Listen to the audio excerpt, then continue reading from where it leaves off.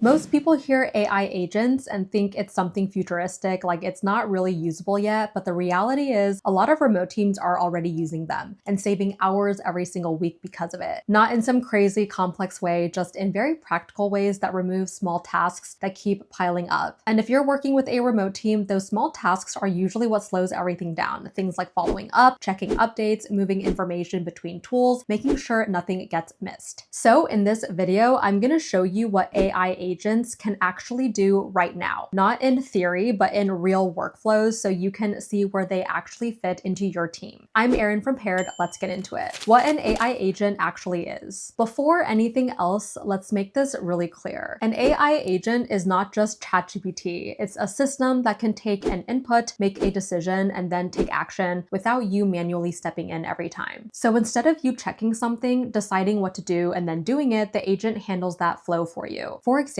instead of reading every new lead, deciding if it's worth responding to, and then sending a reply, an AI agent can qualify that lead and respond automatically based on what they said. It's not just generating text, it's actually moving things forward, and that's the difference. Why this matters more for remote teams. If your team is remote, you already know the biggest issue isn't talent, it's coordination. A study by McKinsey found that employees spend nearly 20% of their time just searching for information or tracking down updates. That's basically one full day every week, just trying to stay aligned. And in a remote setup, the problem gets worse because people aren't in the same room. There's more reliance on tools, messages, and updates to keep things moving. So even simple things like did this get done or who's handling this turns into delays. That's where AI agents start to make a difference. They don't replace your team, they remove the need for constant check-ins. Automating lead handling and sales response. One of the easiest places to use AI agents is with inbound leads because speed matters more than people think. According to Harvard Business Review, companies that respond to leads within 5 minutes are 9 times more likely to convert them. That is not a small improvement, that is the difference between growth and missed opportunity. But most teams don't respond that fast, not because they don't care, but because someone has to see it, process it, and respond. And that delay adds up. Even a 30-minute lag can drop your chances of conversion significantly. An AI agent removes that gap completely. It can instantly read the inquiry, understand what the person is asking, categorize the lead, and send a response that actually makes sense. And it doesn't just stop at replying, it can qualify the lead based on what they said, tag them inside your CRM, assign them to the right person, and even trigger a follow-up sequence if they don't respond. So instead of leads sitting for hours or worse, getting forgotten, they're handled immediately. And not just handled, they're moved forward in a structured way. And your team only steps in when it actually matters, like closing the deal or handling more nuanced conversations. That's where their time is actually valuable. Handling the internal tasks without constant follow-up. Another area where AI agents are really useful is internal work, because a lot of time isn't spent doing the work, it's spent managing the work. Following up on tasks, checking statuses, reminding people, updating tools. These things seem small, but they happen all day. And when you add them up, they take up a surprising amount of time. In fact, studies show that knowledge workers spend nearly 60% of their time on work about work. Things like coordination, updates, and communication instead of actual execution. If you look at most teams, there's a huge amount of energy going into just keeping things moving. People are constantly checking Slack, refreshing dashboards, or asking for updates just to stay aligned. An AI agent can take over that layer. It can track progress automatically, send reminders when deadlines are coming up, update systems in real time, and even flag when something is falling behind before it becomes a problem. For example, instead of waiting for someone to notice a missed deadline, the system can recognize that something hasn't been updated and notify the person immediately. So instead of someone constantly asking, hey, is this done? The system handles it automatically, and that alone reduces a lot of unnecessary back and forth. It also creates clarity. Everyone knows what's happening without needing to ask, which makes the entire team feel more organized without adding more meetings or messages. Content and marketing workflows. If your team creates content, this is another area where AI agents make a noticeable difference because content isn't just creation, it's coordination. Ideas, drafts, edits, approvals, publishing, tracking performance. There are multiple steps and usually multiple people involved. And most of the delays don't come from creating, they come from waiting. Without a system, things get stuck between stages. A draft is finished, but no one reviews it. Feedback is given, but updates aren't tracked. Content is ready, but it doesn't get scheduled on time. An AI agent can manage that flow from start to finish. It can take an idea, turn it into a structured draft, notify the next person in line, track revisions, and even schedule publishing once it's approved. It can also handle things after publishing, like pulling performance data, summarizing results and feeding insights back into your workflow so your team knows what's actually working. For example, instead of manually checking analytics, an AI agent can highlight that a certain type of post is outperforming others and suggest doubling down on it. So instead of people asking where something is, the system keeps everything moving forward. And your team focuses on improving the content, not chasing it. And over time, that creates a much smoother system where output increases without the process feeling chaotic. Customer support is another place where AI agents are already being used heavily. And it's not just about chatbots anymore, it's about handling real conversations at scale. Zendesk reported that over 70% of customers expect immediate responses when they reach out, but most teams can't realistically respond instantly to every message. But an AI agent can. It can read incoming messages, understand intent, respond to common questions, and route more complex issues to the right person. So instead of your team being overwhelmed with repetitive questions, they're only dealing with the ones that actually need human input. And that's where time savings really show up, where teams get stuck with AI agents. Now, here's the part most people don't want to talk about. The issue isn't whether AI agents work, it's whether they're set up properly. Because having access to AI tools doesn't automatically fix anything. You still need to decide what should be automated, how it should work, and how it fits into your team's workflow. And this is where most teams get stuck. They either overcomplicate it or they don't implement it at all because it feels like another system to figure out, and that's usually the gap, not the technology, the execution. What to actually do with this? If you're thinking about using AI agents, don't try to automate everything at once. That's where people go wrong. Start with one area that slows your team down the most. Maybe it's lead response, maybe it's onboarding, maybe it's internal follow-ups. Pick one workflow, simplify it, and automate that first, because once you see it working, it changes how you think about everything else. You start noticing how much time is being spent on things that don't actually need to be done manually, and that's where it starts to scale. What AI agents can't do and where you still need people. So before you go all in on this, it's just as important to understand what AI agents can't handle well yet, because this is where expectations can get off. AI agents are great at structured, repeatable work, things with clear inputs and predictable outputs, but they struggle with situations that require context, judgment, or emotional nuance. For example, if a customer is frustrated or something goes wrong, that's not something you want fully automated. People can tell when they're talking to something that doesn't understand the situation, and that can actually hurt your brand. The same goes for creative direction or strategy. An AI agent can help generate ideas or organize information, but it shouldn't be the one deciding what direction your business should take. So the goal isn't to replace your team, it's to protect their time. You let AI handle the predictable parts so your team can focus on the parts that actually require thinking, creativity, and decision making. And when that balance is right, everything works better. What this actually looks like in terms of time and cost. Now let's talk about what this actually looks like in real terms, because this isn't just about saving a few minutes here and there. If someone on your team spends even 1 to 2 hours a day on repetitive tasks, follow-ups, updates, moving information, that's 5 to 10 hours a week per person. Across a team of 5, that is easily 25 to 50 hours every week. That's basically a full-time role just spent on coordination. And most teams don't realize that's where their time is going. When you start using AI agents properly, you're not just making things faster, you're removing entire chunks of work that don't need to exist. That means your existing team can handle more without feeling overloaded, and you don't have to hire as quickly just to keep up. That's usually where the real return shows up, not in the tool itself, but in how much more your team can do without adding more people. AI agents aren't about replacing your team. They're about removing the parts of work that slow your team down. Because most of the time, the problem isn't effort, it's friction. And once you start removing that friction, everything moves faster without feeling overwhelming. If this video helped, make sure to like and subscribe for more videos on building remote teams that actually work. And if you want help setting this up without figuring it all out yourself, you can book a free strategy call with Paired using the link below. I'm Erin from Paired. Thank you guys so much for watching, and I'll see you in my next video.